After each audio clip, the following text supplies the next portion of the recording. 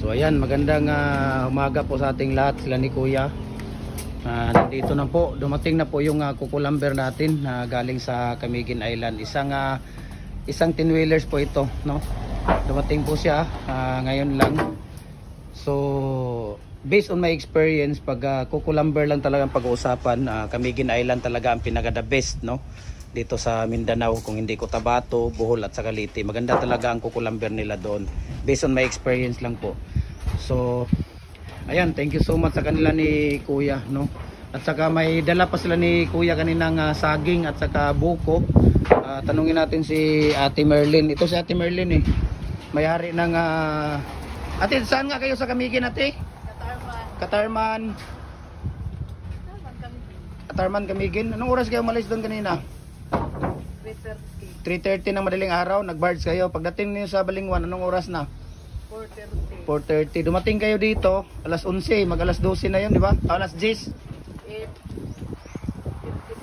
8:55 dito sa kanina umaga. Ay oo nga, matagal ang libor dumating, di ba? Ayan, thank you sa kanila ni Ate Merlin. Anong pangalan mo, Ate? Merlin Ilago. Ayan, Ate Merlin Ilago.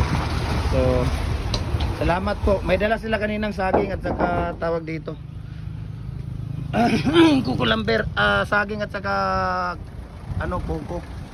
So nasa mga 12,000 board feet po yung dala nila. Ayan, si Kuya. Ayan, thank you sa kanila ni Kuya. Dahil kung wala sila ni Kuya, ayan sila ni Kuya, kung wala sila, hindi natin maibababa itong kukulamber. Napakabigat po talaga. Hard, very hard work.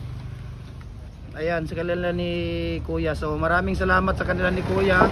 Dahil every time na nagde-deliver po dito yung Bohol, Camiguin, Leyte at saka yung Cotabato, sila po ang nagbababa dito. So every week, minsan 3 beses sila nagbababa dito sa store namin.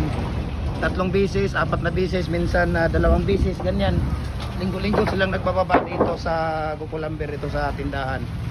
So sino pang gusto mag-order, PM na po kayo.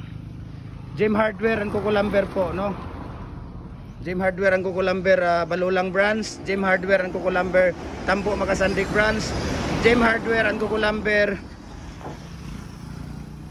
Balulang Branch. At saka sa ating Gem Hardware and Concrete Products, Ganituan Branch. At saka sa ating personal Facebook account, Felix Tan Pagikan Jr. At saka sa ating YouTube channel, Felix Tan Pagikan Jr. Ayan, so tingnan natin dito sila ni Kuya kung saan nila nilalagay yung kukulamber natin. Ayan, nagde-deliver tayo, minimum po tayo ng order Luzon, Visayas sa Mindanao. Ayan si Kuya, thank you sa kanila ni Kuya. Dahil pag wala sila ni Kuya, hindi tayo nakapagbaba ng kahoy, no? Napakabigat, very hard work po itong kukulamber, kaya papasalamat tayo sa kanila ni Kuya. Ayan sila ni Kuya na nagbababa po ng kuko natin. Every time na nagbababa dito, sila po ang tinatawag natin. So thank you so much po sa kanila ni Kuya. Napakabigat po talaga. Ayan, kung nakikita ninyo yan, mabigat. Minsan sa isang 10 wheelers, limar lang sila. Ayan, 5 lang sila ang nagbababa sa 12,000 board feet. Minsan yung 4,000 board feet, 5 lang din sila ang nagbababa dito. So mamaya mapupuno na po ito dito mamaya. Ayan. So marami pa tayong stock. So kung nakikita ninyo yan, naglalagay talaga sila ng sa likod. Yung foam, ayan no. Yung parang unan nilalagay dito sa may nila. So maraming salamat po sa kanila ni Kuya. Ayan, tingnan natin sila ni Kuya dito.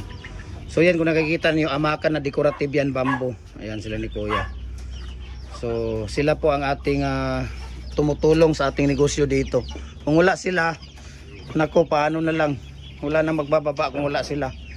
So maraming salamat sa kanila ni Kuya. Dahil every time na may darating na kukulamber, sila ang tinatawag natin.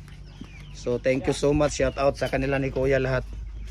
At magandang tanghali na rin sa ating lahat, no. So marami-rami pa tong ibababa nila, nasa mga wala pa sila nakakalahati dito sa ibababa nila na kukulamber. Ayan no,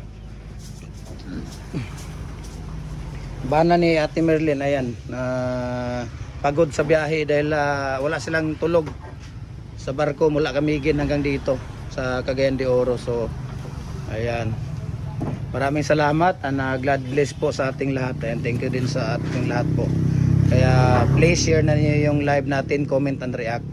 Bye bye and God bless sa ating lahat.